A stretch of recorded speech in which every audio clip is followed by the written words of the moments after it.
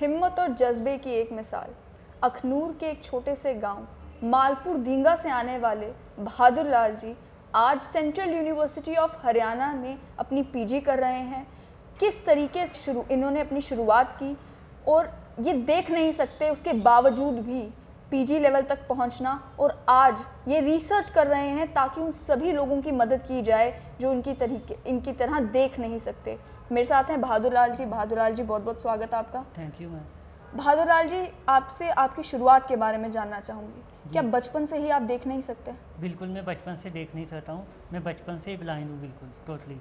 तो किस तरीके से आपने अपनी पढ़ाई की शुरुआत की? क्या आपको अपनी फैमिली का उस तरीके से सपोर्ट मिला कि आप जो है आगे बढ़ सकें? एक्चुअली क्या है कि जब भी कोई ब्लाइंड पर्सन होता है उसके लिए थोड़ी दिक्कत होती है, लेकिन शुरुआत में क्या था कि जब मेरी शुरुआत हुई ऐसे नॉर्मल स्कूल में डाल दिया, जो ओरिएंटल हाई स्कूल मालपुर था, वहाँ मैं पढ़ने के लिए जाता था। तो हालांकि स्कूल वालों का मैं बहुत बहुत शुक्रिया अदा करता हूँ, क्योंकि वो प्राइवेट स्कूल था, लेकिन उसके बावजूद भी उन्होंने मेरे से एक फ़ीस जो है वो 1 पैसा तक नहीं ली है। तो वो उन्होंने उस तरीके से बहुत मेरी मदद की। तो फैमिली ने तो स्कूल में डाल दिया, लेकिन फैमिली ने उस तरीके से जो ध्यान देना चाहिए था वो नहीं दिया। तो जब मैं स्कूल जाता था और स्कूल घर से कोई 1-2 किलोमीटर दूर था और वहाँ मैं पैदल जाता था, तो और वहाँ से पैदल आता था दोपहर को। क्या कोई भाई बहन आपके साथ होते थे या अकेले? हाँ, उस समय भाई बहन जो है वो साथ होते थे मेरे। तो वो उस टाइम उनके साथ में आता था और जाता था, और भी आगे पीछे गांव के लोग बच्चे होते थे तो जिनके साथ में चला जाता था। बहादुर लाल जी, बचपन में जब एक बच्चा जो है ABCD सीखता है, 1 2 3 4 सीखता है, बहुत आसान है। अगर आप देख सकते हैं, आप अक्षर देख रहे हैं और आप सीख रहे हैं। आपके लिए वो शुरुआती दौर कितना मुश्किल था जब आपको मालूम ही नहीं था कि ये मैं सीख क्या रहा हूँ?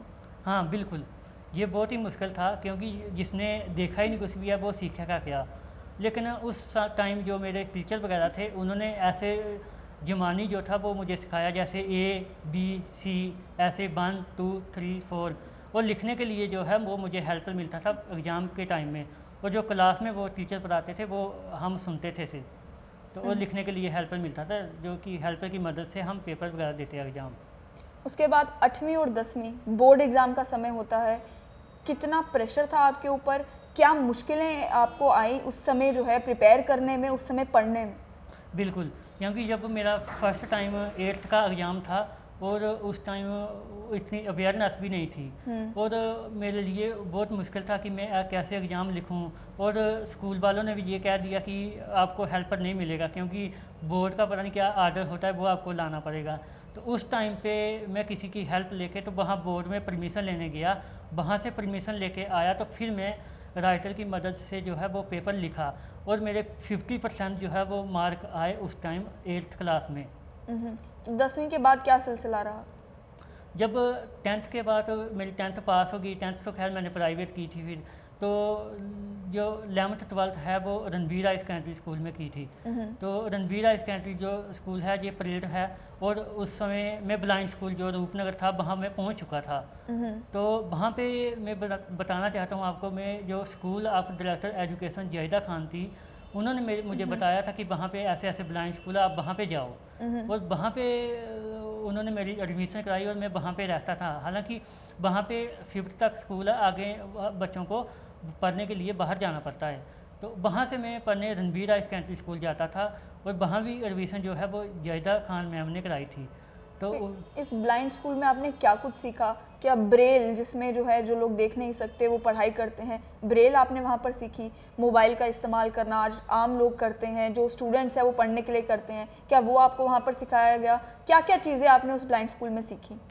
हाँ बिल्कुल, ब्रेल जो थी वो भी मैंने ब्लाइंड स्कूल से आके सीखी, क्योंकि मुझे नहीं इसके बारे में बिल्कुल भी नॉलेज नहीं था पहले कि ब्रेल क्या होती है, क्या इसका मतलब होता है, मुझे बिल्कुल भी पता नहीं था।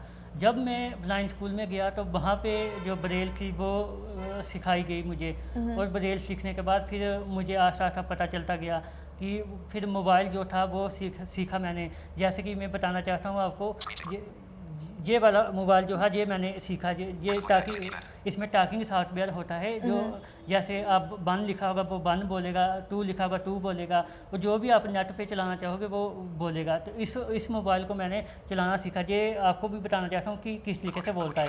जैसे लॉक अभी खुल गया है, अभी बोल रहा है कि BSNL की सिम डली है इसमें। अभी जैसे मेन्यू पे जाना है मुझे, ये मैसेज है, ये इंटरनेट है, ये फोल्डर मीडिया है। इस तरीके से ये मोबाइल जो है पढ़ के बताता है। तो फिर मैं इसकी मदद से थोड़ा बहुत आगे नेट पे सर्च करता था, तो इसको मैंने वहाँ पे रहकर सीखा था। तो ये मोबाइल चलाना किसने आपको सिखाया?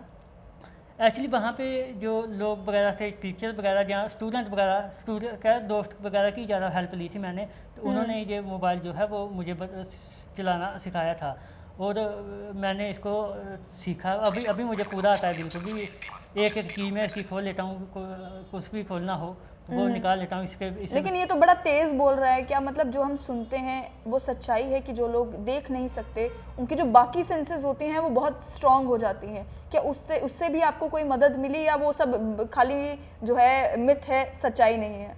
नहीं, ऐसा कहते हैं तो, लेकिन क्या होता है कि आपको भी कोशिश तो आपको ही करनी पड़ती है। अब आपने देखा होगा कि कई बच्चे ऐसे हैं जो बिल्कुल भी नहीं पढ़ पाए हैं। अब हम PG तक पहुंच गए हैं, कुछ बच्चे ऐसे हैं जो स्कूल तक भी नहीं जा पाए हैं। वो डिपेंड करता है उनकी खुद की, यानी कि जो कोशिश होती है, खुद की हिम्मत के ऊपर भी डिपेंड करता है। अगर मान लो कि मैं स्कूल में नहीं जाता तो मैं कहाँ यहाँ तक पहुँच पाता। तो अगर वो कहाँ में दूसरी सेंसी जो है वो डेवलप हो पाती। लेकिन आपको पहले कोशिश करनी पड़ेगी, फिर जो है वो डेवलप होता है सब कुछ। आपसे जानना चाहूँगी कि आप सेंट्रल यूनिवर्सिटी ऑफ हरियाणा में इस समय पढ़ रहे हैं, वो वहाँ तक पहुँचना आपके लिए कैसे संभव हो पाया? एक्चुअली मैम क्या था कि जब मैंने ग्रेजुएशन कंप्लीट की और गवर्नमेंट डिग्री कॉलेज पलोरा से, उस समय मैंने CU सेट के लिए अप्लाई किया, जो central university of common entrance test है। तो जब मैंने एग्ज़ाम दिया तो एग्ज़ाम मेरा सेंटर था दिल्ली में। उस समय मेरे लिए दिल्ली में पहुंचना मुश्किल था। तो मेरे मन में था कि कैसे पहुंचूं, अब क्या करूं, क्योंकि मुश्किल है दिल्ली में जाना। और मैं दिल्ली जैसे राज्य में भी पहली बार जा रहा था। उस समय मुझे नेट से जो सारिका मैम है, सारिका शर्मा, जो आज प्रोफेसर है सेंट्रल यूनिवर्सिटी ऑफ हरियाणा में, उनका नंबर मिला मुझे। और उन्होंने मुझे बताया कि आप ऐसे ऐसे दिल्ली में आना, जहाँ जम्मू से ट्रेन में बैठोगे तो वो दिल्ली उतारेगी, न्यू दिल्ली, तो आगे आप फिर कॉल कर लेना मुझे। तो जम्मू से हरियाणा आप बिल्कुल अकेले गए, किसी की मदद के बिना? बिल्कुल, जम्मू से हरियाणा में बिल्कुल अकेले गया। क्योंकि पहले तो सवाल ये था कि पेपर कैसे दूं। पेपर दिया मैंने दिल्ली में, जब मैडम ने मेरी हेल्प की और वहाँ पे उन्होंने स्क्राइब वगैरह राइटर करके दिया मुझे, तो फिर उसकी मदद से मैंने पेपर दिया, पेपर पास हो गया। फिर सवाल था कि हरियाणा में अब कैसे पहुँचा जाए, क्योंकि वो बहुत मुश्किल था। तो उस टाइम फिर मैंने मैम से कंडक्ट किया कि मैम मेरे लिए बहुत मुश्किल है और कैसे पहुंचूं। फिर सारिका मैम ने मुझे पूरा गाइड किया कि आप यहाँ से जम्मू से ट्रेन बैठोगे, फिर आपको सराय रोहिला आना है, सराय रोहिला से दोबारा ट्रेन में बैठोगे, फिर आपको महेंद्रगढ़ उतरना है, महेंद्रगढ़ से आप ऑटो करके तो फिर यूनिवर्सिटी जाना है।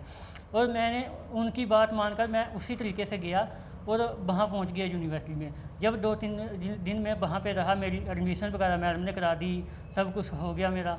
तो फिर जब 2-3 दिन मेरी उनसे बात वो चलती रही, तो फिर मुझे लगा कि नहीं, अब मुझे जहाँ पे कोई भी प्रॉब्लम नहीं आने वाली है, क्योंकि मैडम ने मुझे बहुत ही ज़्यादा हेल्प की थी और मुझे उस समय जो कॉन्फिडेंस है वो डेवलप हो चुका था कि अब लेकिन बहादुर लाल जी, हरियाणा जाने का फ़ैसला आपने क्यों लिया? आप जम्मू कश्मीर के रहने वाले हैं, आपको नहीं लगता कि आपके लिए ज़्यादा आसान होता अगर आप जम्मू कश्मीर में ही किसी यूनिवर्सिटी में जाते? यहाँ पर आपका घर भी पास है, तो यहाँ पर आपको जो है हो सकता है बेटर फैसिलिटीज़ मिल जाती, आपको इतनी दूर नहीं जाना पड़ता।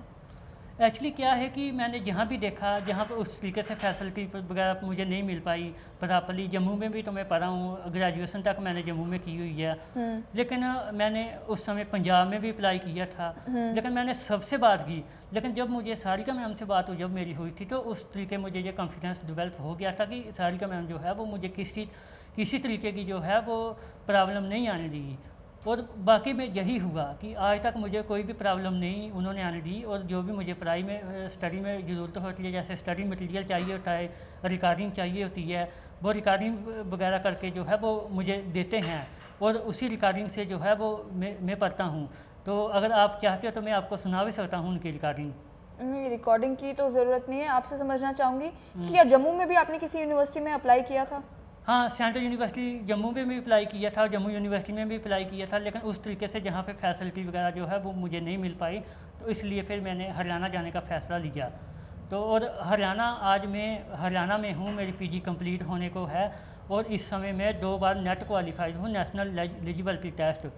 तो अभी मेरी जीआरएफ की तैयारी चल रही है, मैं कुछ ही महीनों में जीआरएफ भी क्वालिफाई कर लूँगा। तो बहादुर लाल जी, आपका इंटरेस्ट किस तरीके से आया कि अब मैंने आगे पढ़ाई करनी है और इसी फील्ड में मुझे जो है आगे बढ़ना है? आपको रिसर्च का वर्क भी इस समय कर रहे हैं, उसके बारे में भी मैं चाहूँगी कि आप बताएं। हाँ बिल्कुल, एमए लेवल पे हमारे एक होती है डायटेशन होती है, उसको वो आपको पता होगा। तो उसमें क्या करते हैं, हम रिसर्च करते हैं। तो जो डायटेशन होती है उसको लिखना होता है, कंप्लीट करना होता है, तो उसके लिए हमें डेटा वगैरह कलेक्ट करना पड़ता है। तो जो मेरी कि इस समय रिसर्च वगैरह पूरी कंप्लीट हो चुकी है और जो डेटा कलेक्ट किया था वो मैंने जम्मू से किया था। तो रिसर्च आपकी किस बारे में थी? रिसर्च थी मेरी कि जैसे मेरा टॉपिक था educational challenges and voices of visually impair children. तो जो विजुअली इम्पेयर स्टूडेंट होते हैं उनको किस तरीके के चैलेंजेस आते हैं एजुकेशन लेने में और उनकी वॉइसेस क्या है, तो इस बारे में मेरी रिसर्च थी इंक्लूसिव एजुकेशन और स्पेशल एजुकेशन पे। क्या वो रिसर्च आपने जम्मू कश्मीर में की और क्या कुछ निकल के आया उस रिसर्च में? हाँ बिल्कुल, मैंने जो एरिया था वो मेरा था जम्मू डिस्ट्रिक्ट ओनली। और जम्मू डिस्ट्रिक्ट में जब मैंने रिसर्च की थी 15 दिन का समय दिया गया था डाटा कलेक्शन के लिए यूनिवर्सिटी की तरफ से परमिशन।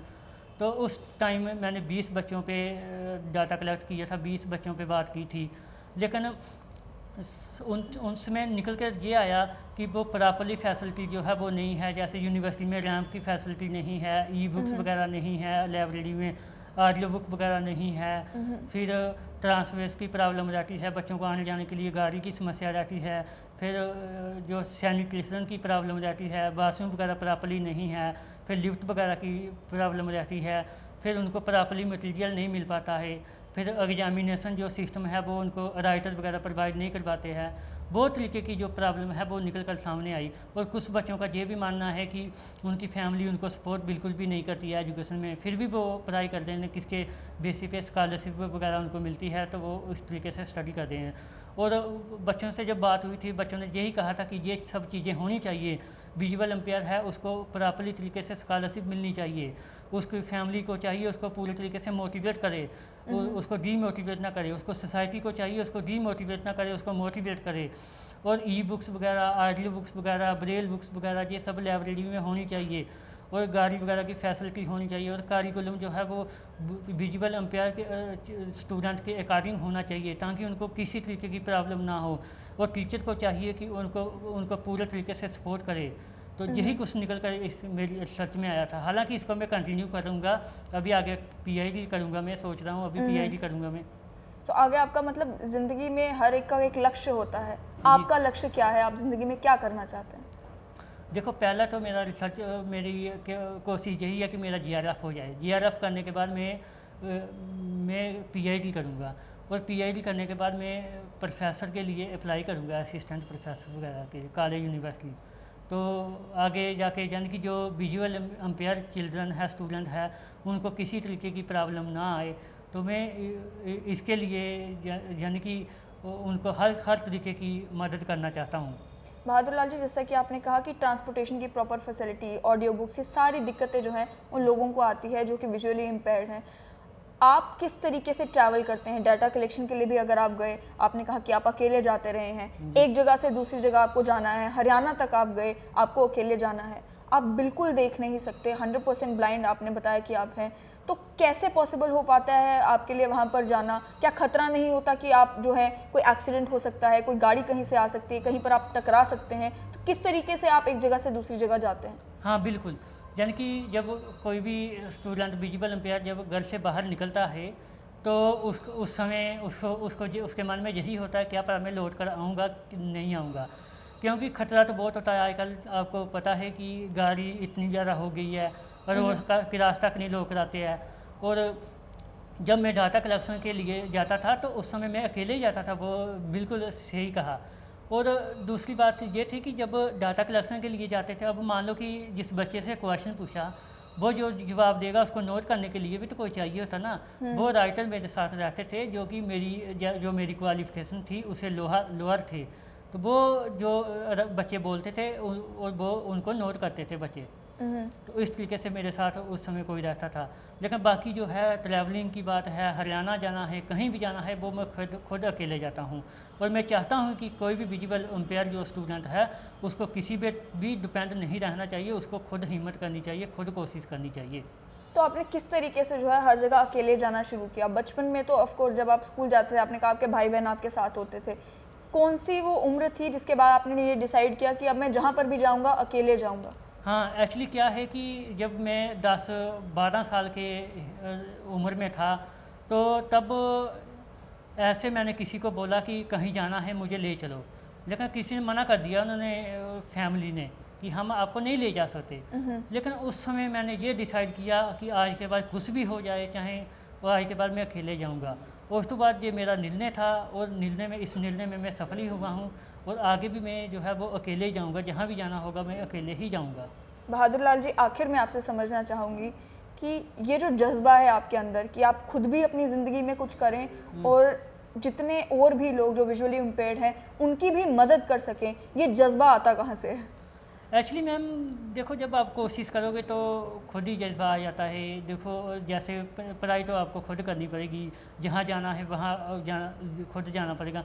जब आप किसी की हेल्प ले रहे हो तो उसमें आपको इतना कॉन्फिडेंस नहीं आएगा, लेकिन जब आप खुद करोगे तो उसमें कॉन्फिडेंस जो है वो डेवलप होता है। वो इसलिए होता है क्योंकि एक जगह से आप जब दूसरी जगह जाते हो तो आपको लगता है कि नहीं, हम अकेले जहाँ आ गए, अब जहाँ से वापस आ गए, तो उस तरीके से जो है वो डेवलप होता है कॉन्फिडेंस। लेकिन मैं चाहता हूँ कि हर एक स्टूडेंट को ऐसे ही करना चाहिए। क्या आप कहेंगे कि जो आपने पढ़ाई की है वो भी कहीं ना कहीं आपकी मददगार साबित हुई है आप में कॉन्फिडेंस लाने के लिए, कि अगर आपने पढ़ाई लिखाई नहीं की होती तो आप आज जो है इतने कॉन्फिडेंटली एक जगह से दूसरी जगह नहीं जा रहे होते, इतने कॉन्फिडेंटली जो काम आप करना चाहते हैं आप नहीं कर पा रहे होते? हाँ बिल्कुल, अगर मैं बिल्कुल भी नहीं पढ़ा होता, अनपढ़ होता, तो वो मेरे लिए बहुत ही मुश्किल होता, क्योंकि जो बंदा अनपढ़ होता है, स्टूडेंट अनपढ़ होता है, उसको क्या पता बेचारे को क्या करना है। अभी भी कैसे कई लोग ऐसे होंगे जो बिल्कुल भी स्कूल तक ना गए होंगे, उसको ABC तक पता ना होगी, तो वो मेरे लिए भी बहुत मुश्किल होता और आज मैं कुछ भी नहीं कर पाता, जहाँ तक कि मैं अकेले कहीं भी नहीं जा पाता और मेरे लिए बहुत मुश्किल होता अगर मैं पढ़ा लिखा नहीं होता। और भगवान का मैं शुक्रिया अदा करता हूँ क्योंकि जिनकी वजह से आज मैं जहाँ तक पहुँच पाया हूँ और मैं आगे इसे और भी आगे जाना चाहता हूँ।